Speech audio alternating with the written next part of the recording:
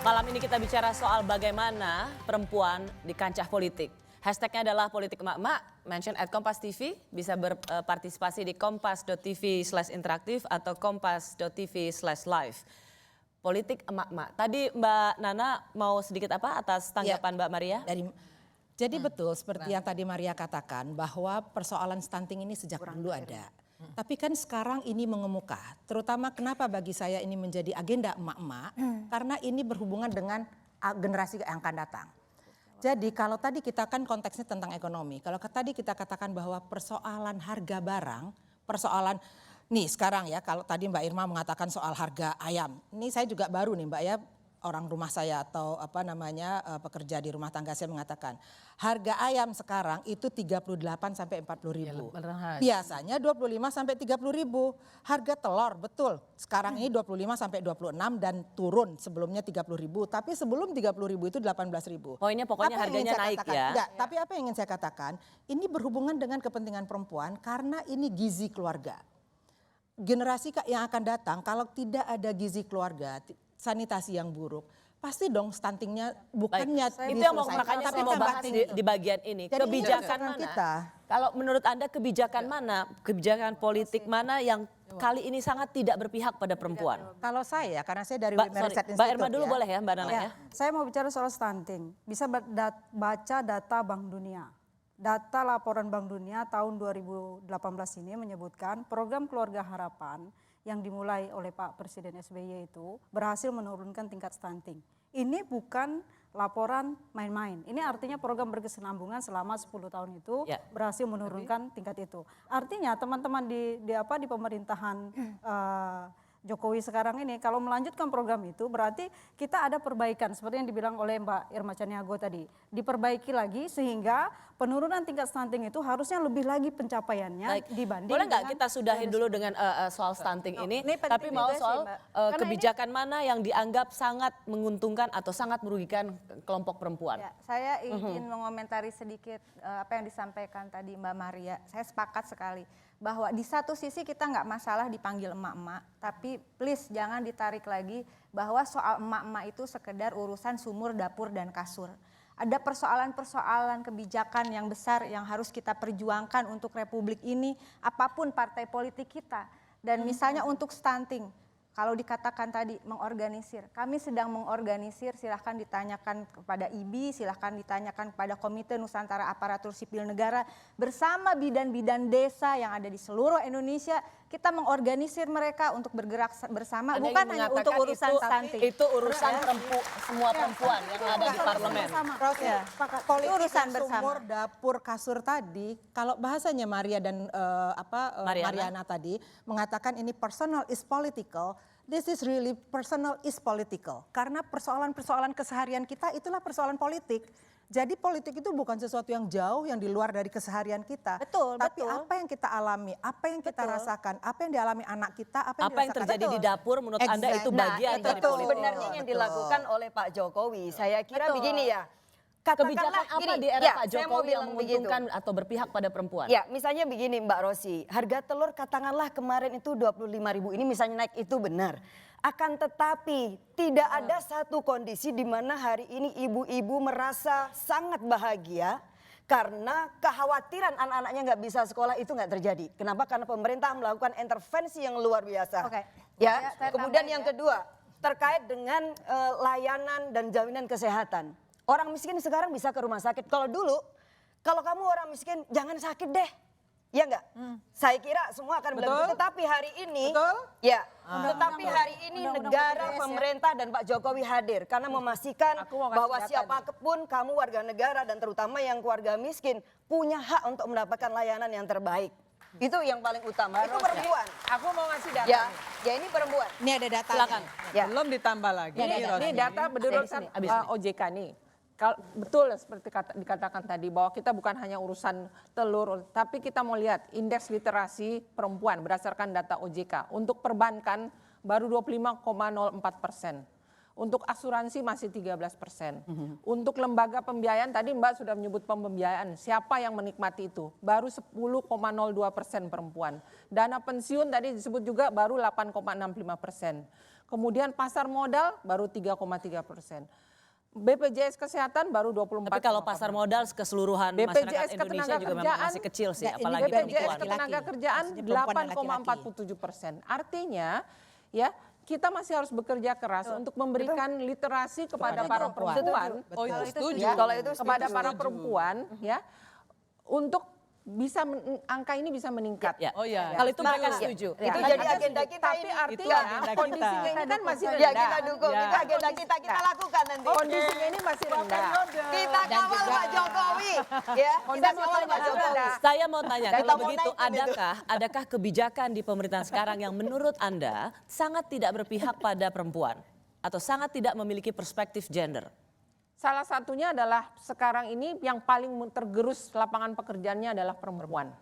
Ya, kita bisa lihat 56,5% tidak puas ya terhadap lapangan pekerjaan. Kalau kita lihat di pedesaan, perempuan sekarang tidak punya pekerjaan.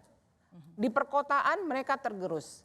Data dari salah satu perbankan saya tidak usah sebut sudah banyak mem-PHK karyawannya. Jadi lapangan pekerjaan kalau mungkin Tapi siang-siang baru ada klaim bahwa sesungguhnya pemerintahan Jokowi sudah memenuhi janjinya, yaitu membuka lapangan pekerjaan seperti apa janji kampanye. Jadi lapangan seharusnya pekerjaan klaim buat siapa? Lapangan pekerjaan buat siapa? Rosi? Ternyata lapangan pekerjaan ternyata tidak dinikmati oleh masyarakat. Saya ingin daerah sampaikan Indonesia data, sendiri. ya data. Jangan kalau jadi presiden percaya BPS, tapi kalau udah nggak jadi presiden nggak percaya BPS, jangan gitu ya. Kalau lagi sebentar, maksudnya kalau lagi Pak enggak, SBY saya ingin waktu itu. sampaikan, bukan. Pak SBY yang Anda maksud. bukan, ini kan yang akan datang. Ini yang akan datang, yang mau jadi presiden. Insya Allah yang maksudnya, baru, ya kan? presiden baru ya Mbak ya. Nah, Mari kita tunggu. Presiden baru tuh Pak Jokowi 2 periode. Jadi gini.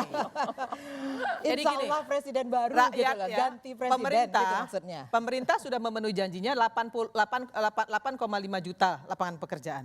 Itu jelas, datanya jelas. Kita by data, Tuh. ya kan? Nah kemudian kalau dibilang lagi tadi, Itu data Data apa? dari mana? loh Menteri Tenaga Kerja, kita kan semua punya Menko, semuanya ada datanya Mbak. Kalau Data Anda bicara kapan? begitu, Data Anda nggak kapan? bicara by data. Enggak data kapan Mbak? Loh data dapat data sekarang lah, buka Jadi aja. apa? Gitu. Buka Iya, datanya. makanya. Iya, saya lihat Jadi nanti datanya. Data 2018. Data 2017 akhir. Senyum. Ya, itu dulu satu-satu. Tadi gua ngomong lu bilang suruh diam. Dan lapangan pekerjaan. Jangan galak-galak.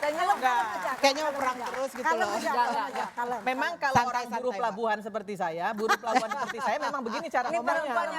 Ya, Ini baru saya ini konkret. buruh pelabuhan, ya buruh pelabuhan saya. Jadi biasa bicara seperti itu, ya. Jadi bukan berarti saya marah enggak. Memang gaya saya seperti ini. Kalau misalnya menteri di kabinetnya Pak Jokowi termasuk yang terbanyak perempuannya, apakah itu menjadi ukuran bahwa Oh, pasti. kebijakan Pak Jokowi itu berperspektif gender? Iya, Saya dunia mau tanya- cemburu Mbak Rosi, dunia Saya cemburu mau tanya sama juga Pak sama Jokowi. Mbak Ami. Iya. Tepuk Mbak, tangan lagi. Mbak Mariana Amiruddin, kalau dengan menteri perempuan terbanyak sepanjang sejarah, apakah itu salah satu Harus indikator diapresiasi dong. pemerintahan Jokowi bersangat mementingkan suara perempuan? Kalau kami Saya nanti mengkritik bilang ya, netral. maaf. Saya mau mengkritik justru. Tapi membangun. Jadi bagus bahwa pemerintahan sekarang melibatkan banyak perempuan. Tetapi apakah untuk perempuan? Ya, betul.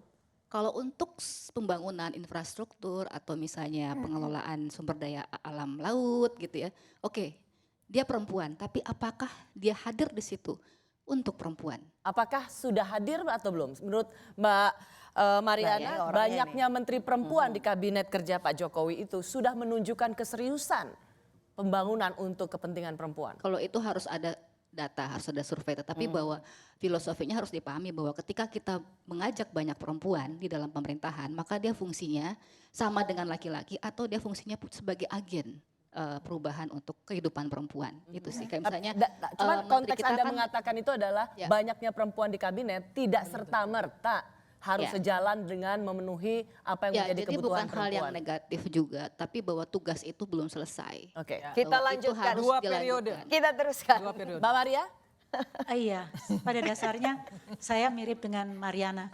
Saya memberikan apresiasi untuk 8 perempuan ada di kabinet saat ini, tetapi memang dipertanyakan juga apakah mereka memang memberikan, mereka ini sebenarnya paham atau enggak sih soal perempuan, soal kebutuhan perempuan. Karena ada satu menteri misalnya yang saya tengarai, dan ini menteri ini loh kedudukannya jelas di tempat yang persis di bagian. Masa ada menteri kedudukan nggak jelas, Mbak Maria? Maksudnya itu jelas itu. Oke deh, saya sebut Menteri Pemberdayaan Perempuan lah katakannya gitu.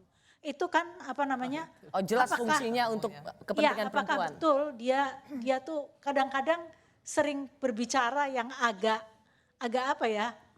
tidak paham sebenarnya gitu loh. Jadi ini salah satunya. Apakah yang lainnya juga dia paham dengan kebutuhan perempuan, dengan sesuatu yang memang dibutuhkan perempuan yang tidak monolitik. Perempuan bukan kelompok yang monolitik. Apakah mereka paham itu?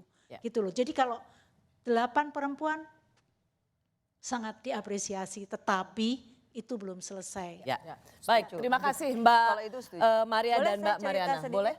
Saya tadi ada ibu-ibu menteri ya, emak-emak yang jadi menteri. Itu saya sedang berjuang dengan Ibu Nila Muluk ya. Dari 42.000 bidan PTT, jadi mayoritas kelahiran itu di Indonesia oleh bidan. Dan angka kematian ibu melahirkan dan anak itu tinggi. Bidan-bidan desa inilah yang bekerja.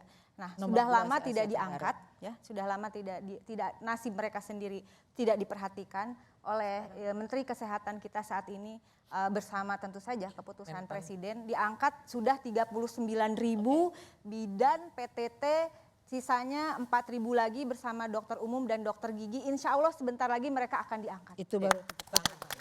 Dan kemudian Anda ingin mengatakan ini adalah perjuangan para perempuan di parlemen? Dan nggak bisa, betul, kita harus kerjasama, sisterhood itu, dan saya kira itu penting kita lakukan bersama. Itu agenda misalnya politiknya perempuan di situ, Ibu Siti Nurbaya, sama Ibu Siti Nurbaya. Kami terus memperjuangkan bagaimana ada pelibatan perempuan, kita ada program hutan sosial misalnya, dan kita sedang perhutanan sosial. Dan Jadi Anda lebih mencari di mana kesamaan gerakan-gerakan perempuan dan dibanding kita memang harus mencari apa yang bisa kita lakukan bersama. Satu hal yang penting juga karena Tadi ini sekarang satu lagi udah terakhir. 2. Kami sedang memperjuangkan diselamatkannya tanah adat Mentawai untuk tetap dilindungi dan itu menjadi milik masyarakat adat Mentawai bersama Menteri Kehutanan. Kita buat melalui undang-undang hukum adat. Dan kita berjuang bersama untuk undang-undang perlindungan masyarakat adat. Meskipun beda partai dan beda dukungan presiden, tapi di satu titik kita bertemu. Sepakat. Jadi politik perempuan. Nah, itulah politik perempuan. Politik perempuan sesungguhnya melampaui daripada sekedar ganti-mengganti atau dukung-mendukung. Ya, politisi laki-laki. Betul. Di tengah situasi politik yang terbelah, kita masuk ke bagian berikutnya ya. Di tengah situasi politik yang terbelah, sampai saat ini sesungguhnya di mana peran perempuan dan peran apa yang bisa diambil oleh emak-emak ini? Kami kembali sesaat lagi.